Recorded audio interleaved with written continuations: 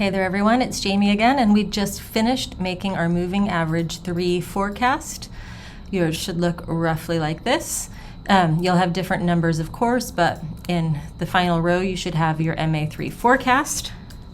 You should have your mean forecast error, your mean absolute error, your mean absolute percentage error, and your mean squared error.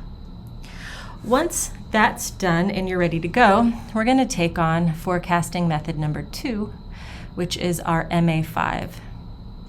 So in our MA5 tab, I like to start by coming over, highlighting all of my errors and my MA5 forecast and my final error metrics. I'm going to copy them, pop over into MA5, line myself up, and paste. So now I've got my general framework going. You might want to use this time if you haven't formatted everything so that it looks the way you want. Get the formatting right before you copy and paste over. So once I've got that piece done and I've copied and pasted, I can clear away my MA3 forecast, and I can return my cells here to the same format as before. I want to undo this color. So I want to say, let's see, well, I'm off a little bit here, but I want to go start here and return this formatting here. I'm going to leave all my errors as they are, and I'm going to change this to moving average 5. So before we move on, double check that your forecast error is going to be exactly equal to your total now. Now that the column with forecasts is empty, that's just a sign that your formula is in there as you need it. Same with absolute forecast error. All these things should just be in place as they were. Since now we're going to look at an MA5, we are not going to be able to start making forecasts until period 6 because we've got to wait until there are 5 periods before. So all of this section here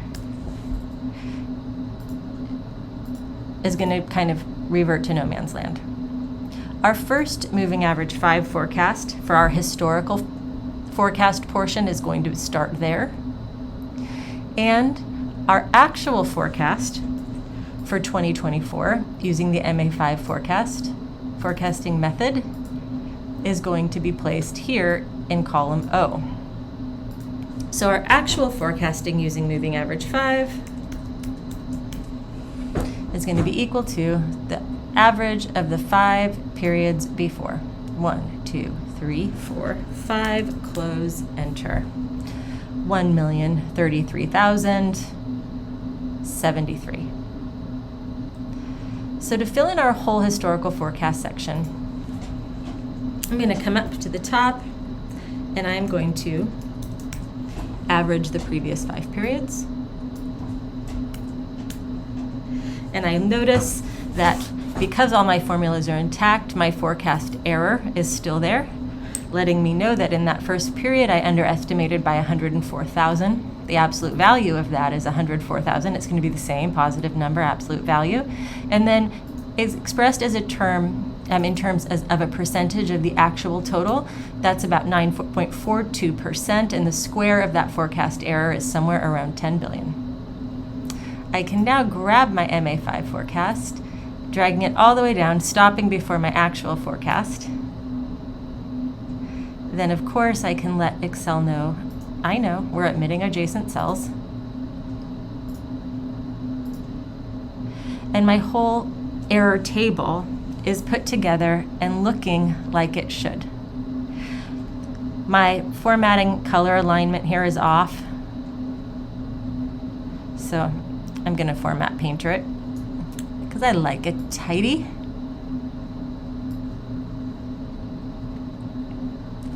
And then I'll have to follow up here with the formatting of these percentages.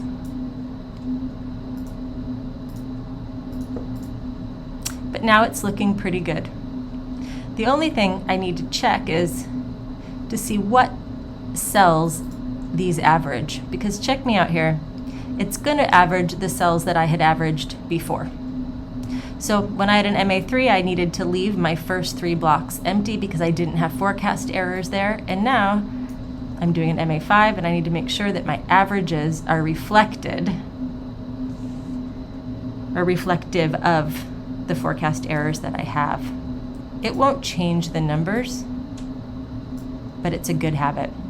And of course, our forecast is not the average of the previous values, it reflects the forecast.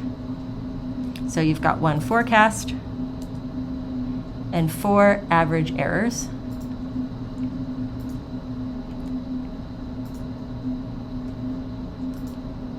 And that,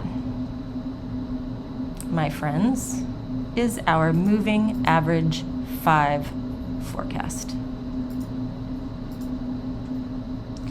A trip down to the bottom lets us see that our mean forecast error is 944, which compared to our moving average 3 forecast error of 682 indicates that both of these tend to underestimate, right? Because both mean forecast errors are positive, but the moving average 5 tends to underestimate just a little bit more. The mean absolute error of 93,000 means that we're off on average by about 93,000 visitors per year, which translates to be about 8.73% of actual visitation. And if we compare that to our MA3 numbers, we can see that MA3 performed slightly better, 81,000 visitors off, which is about 7.56%. Right? And then looking at our mean squared error, the mean squared error of the MA5 is also larger. That makes me think that if I were going to be comparing or having to choose just between these 2 moving average forecasts, I'd go with MA3.